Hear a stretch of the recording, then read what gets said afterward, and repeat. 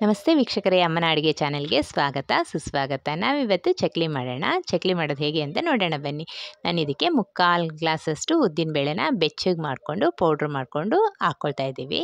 ಮತ್ತು ಇದಕ್ಕೆ 1 ಲೋಟ ಅಷ್ಟು ಕಡಲೆಪಪ್ಪು ಸಹ ತೊಗೊಂಡು ಇದನ್ನು ಸಹ ಮಿಕ್ಸಿಗೆ ಹಾಕ್ಕೊಂಡು ಪೌಡ್ರ್ ಮಾಡ್ಕೊಳ್ತಾ ಇದ್ದೀವಿ. ಇದು ನೋಡಿ ಪೌಡ್ರ್ ಆಯಿತು, ಹಾಕ್ಕೊಳ್ಳೋಣ. ಈಗ 1 ಸ್ಪೂನಷ್ಟು ಜೀರಿಗೆ ಹಾಕ್ಕೊಳ್ತಾ ಇದ್ದೀವಿ. ಮತ್ತು 3/4 ಸ್ಪೂನಷ್ಟು ಮೆಣಸಿನ ಪುಡಿ, ಅಚ್ಚ ಖಾರದ ಪುಡಿ ಹಾಕ್ಕೊಳ್ತಾ ಇದ್ದೀವಿ.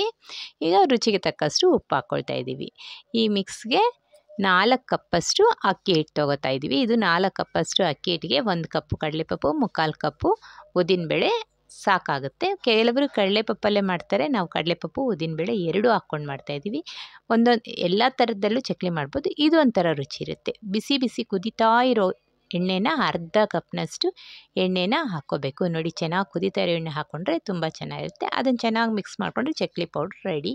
ಮತ್ತು ನಾವು ಸ್ವಲ್ಪ ಭಾಗನ ತೊಗೊಂಡು, ನಮಗೆ 1 ಒರಳು 2 ಒರಳಿಗೆ ಆಗೋಷ್ಟು ಭಾಗನ ಒಂದು ಪಕ್ಕದಲ್ಲಿ ಈ ಥರ ತೊಗೊಂಡು ಬೌಲಲ್ಲಿ ಇದಕ್ಕೆ ಎಳ್ಳು ಮತ್ತು ಎಷ್ಟು ಬೇಕೋ ಅಷ್ಟು ಎಳ್ಳು ಹಾಕ್ಕೊಂಡು ನೀರು ಹಾಕ್ಕೊಂಡು ಒಂದು ಹದವಾಗಿ ಕಲಿಸ್ಕೋಬೇಕು. ಇದು ಚಕ್ಲಿ ಒರಳಿಗೆ ಹಾಕಿ ಪ್ರೆಸ್ ಮಾಡೋಕ್ಕೆ ಎಷ್ಟು ಮಾತ್ರ ಆಗುತ್ತೋ ಸಾಫ್ಟ್ನೆಸ್, ಅಷ್ಟು ಸಾಫ್ಟ್ನೆಸ್ ಇರಬೇಕು. ನಾವು ಮಾಡ್ತಾಯಿರೋ ಈ ಚಕ್ಲಿ ನಿಮ್ಗೆ ಇಷ್ಟ ಆದರೆ ಲೈಕ್ ಮಾಡೋದು, ಶೇರ್ ಮಾಡೋದು, ಸಬ್ಸ್ಕ್ರೈಬ್ ಮಾಡೋದು ಮರಿಬೇಡಿ.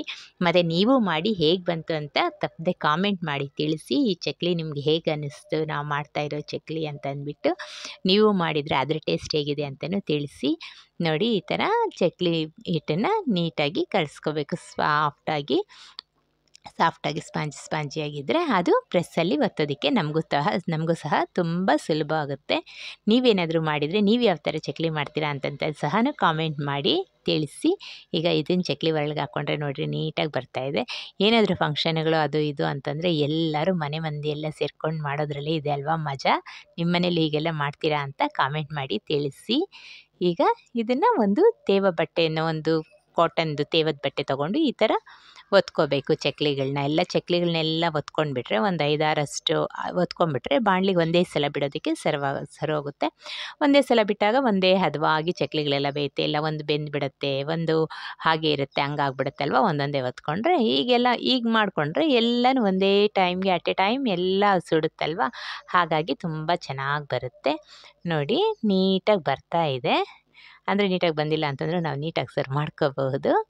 ಎಲ್ಲನೂ ಈಗ ನೋಡಿ, ಈಗೆಲ್ಲ ಒತ್ಕೊಂಡಿದ್ದಾಯ್ತಲ್ವ. ಒಂದು 6-7 ಒತ್ಕೊಂಡ್ಬಿಟ್ಟು ಆಯಿಲಲ್ಲಿ ಬಿಟ್ಟು ಈ ಥರ ಕರ್ತ್ಕೊಳ್ಳೋದು. ಎರಡೂ ಕಡೆನೂ ಬೇಯಿಸ್ಕೊಂಡ್ರೆ ರೆಡಿ ಆಗುತ್ತೆ.